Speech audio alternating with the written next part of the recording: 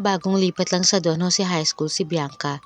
Nasa huling taon na siya, maganda at matalino. Ngunit walang gustong makipagkaibigan sa kanya dahil nakatira siya sa kinatatakutang mansyon sa Barrio Masilo. Di kalayuan sa bayan kung nasaan ang eskwelahang pinapasukan niya. Siya ang nag-iisang apo ng hinihinalang mangkukulam na si Lola Mercedes. Matagal nang sumakabilang buhay ang matanda, subalit ang hindi magandang imahe na iniwan niya ay hindi lang sa baryo na natili, kundi maging sa mga kalapit na lugar. Matagal mang nanirahan sa ibang lugar ang pamilya ni Bianca, kinailangan nilang bumalik sa baryo dahil sa malaking pagkakautang ng ina dala ng pagkalugi sa negosyo. Sa pagbabalik nila ay nakakabit pa rin sa kanila ang hindi magandang paratang na iyon ng pagiging makukulam ng lola niya. Kaya't siya, ang mama niya at ang mansyon ay katatakutan pa rin sa paningin maski ng mga bagong sibol na sa baryo. Dahil sa mga usap-usapan pa nung araw tungkol sa lola niya, kaya naman si Bianca ay binubuli sa school nila. Si Janice na laging muse ang pasimuno. Nasa kantin sila noon, sinadya niyang banggain si Bianca para matapon ang juice na dala niya sa uniform nito. Matapos ni Janice ay ginaya siya ng mga kaibigan niyang puro pasaway din tulad din niya. Magkakasunod nilang binangga si Bianca at sinadyang itapon ang mga iniinom nila rito. Hindi umimik si Bianca.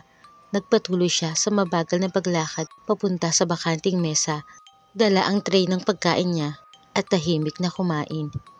Batid niya na kahit magsumbong siya sa mga teachers at principal ay walang mangyayari dahil mayayaman ang mga magulang nila Janice.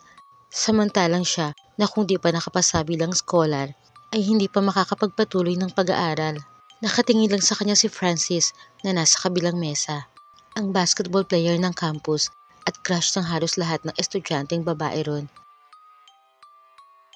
Sunod na ginawa nilang pambubuli kay Bianca ay kinuha nila ng palihim ang bag at dinala sa bakanting lote saka sinilaban. Nang hinahanap na ni Bianca ang bag niya ay si Janice mismo ang nagturo kung nasaan iyon. Napaluhod na lang si Bianca sa harap ng sunog niyang gamit at napaiyak habang si Janice at mga kaibigan niya ay nagtatawanan. Sa likuran ay nasaksihan ni Francis ang nangyayari. Nang malingunan siya ng magkakaibigang pasaway ay nag-alisan ang mga ito maliban kay Janice. Nilapitan niya ang binata at inayang sumama sa kanila sa party mamayang gabi.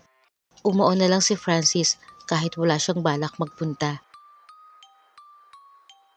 Pauwi na si Bianca sa kanila nang bigla niyang maramdaman ang batong tumama sa noo niya. Pagtingala niya ay mga nakasampa sa mababang puno ang magkakaibigan at nagtatawanan. Hawak ni Janice ang tirador na ginamit pang tira sa kanya. Sinalat ni Bianca ang noo at nakita niya sa palad ang dugo mula rito. Nagtatakbo siya palayo sa mga demonyita niyang mga kaklase. Nadaanan niya si Francis, sinundan siya ng tingin nito. Nang makalayo na ay bumagal ang takbo ni Bianca. Kumuyom ang mga palad. Naalala niya yung matandang lalaki na tumulong sa kanila ng mama niya sa pagbubuhat ng mga gamit nila papasok ng mansyon nung bagong dating sila. Ang sabi ng mama niya ay albulayo raw yun. Nakatira malapit lang din sa mansyon. Hinanap niya ang bahay ng matanda. Nang matagpuan ay nagpagawa siya ng gayuma. Sabi ng matanda balikan na lang niya yon pagkalipas ng 7 araw. Nang makuha na niya ay sinadya niya magpakalat ng imbitasyon sa mga kaklase para dumalo sa ika-17 niyang kaarawan. Nangingiting pinunit iyon ni Janice pero balak nilang pumunta. Sa katunayan ay nag-iisip na sila ng mga tropa niya kung paano nila mapaglalaroan si Bianca sa mismong kaarawan nito. 6:00 ng gabi, hinihintay na ni Bianca sa mansyon ang kanyang mga bisita, lalo na ang grupo ni Janice. Tahimik lang ang mga ito nang dumating. May dalang mga bote na aakalain mong inumin ang laman, pero pintura pala na balak nilang isaboy ng sabay-sabay kay Bianca sa kalagitnaan ng selebrasyon. Ang mama ni Bianca ay naging abala naman sa paglalagay ng mga tasa ng soup sa mesa.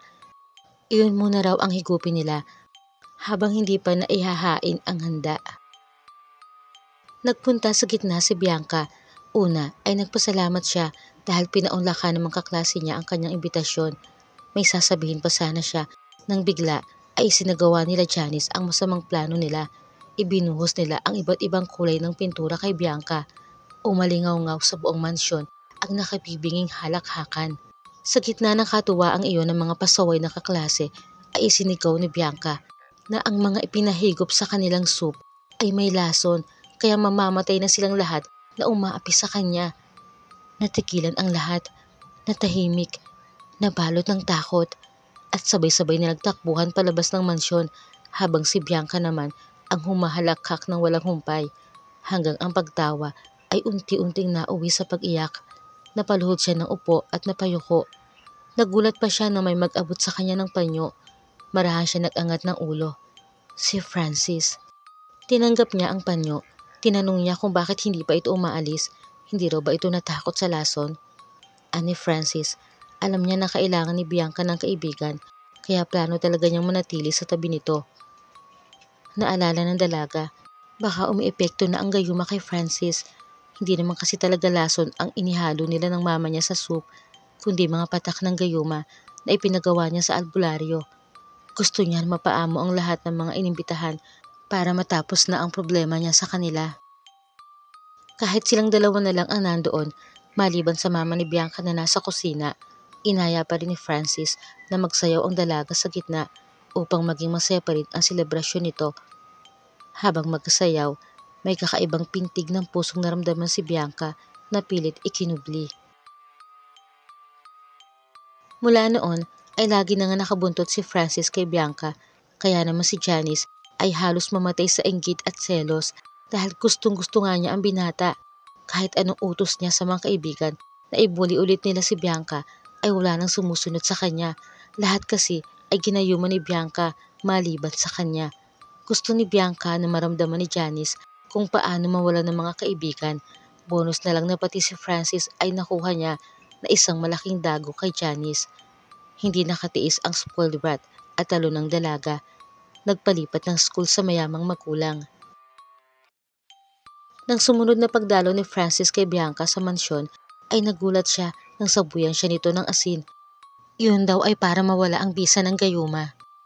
Pag-amin ng dalaga, hindi na raw niya kayang lokohin si Francis. Alam niya na kaya siya nito nililigawan ay dahil sa gayumang inihalo niya sa soup na inihain sa kanila. Ngayong alam na ni Francis ay humihingi siya ng tawad. Sinabihan niya ito na umalis na at huwag nang babalik. Ngunit may inamin din si Francis, anang binata, hindi siya nagayuma dahil batid niya ang plano ni Bianca na paamuin ang mga kaklase dahil ang matandang albularyo na gumawa ng gayuma ay lolo niya. Matagal na nga raw nilang kinukuha ang lolo niya pero mas gustong mamuhay mag-isa. Napalunok si Bianca. Kwento pa ni Francis, dati na rin daw manliligaw ng Lola Mercedes ni Bianca ang lolo niya. Kaya lang, pinasted.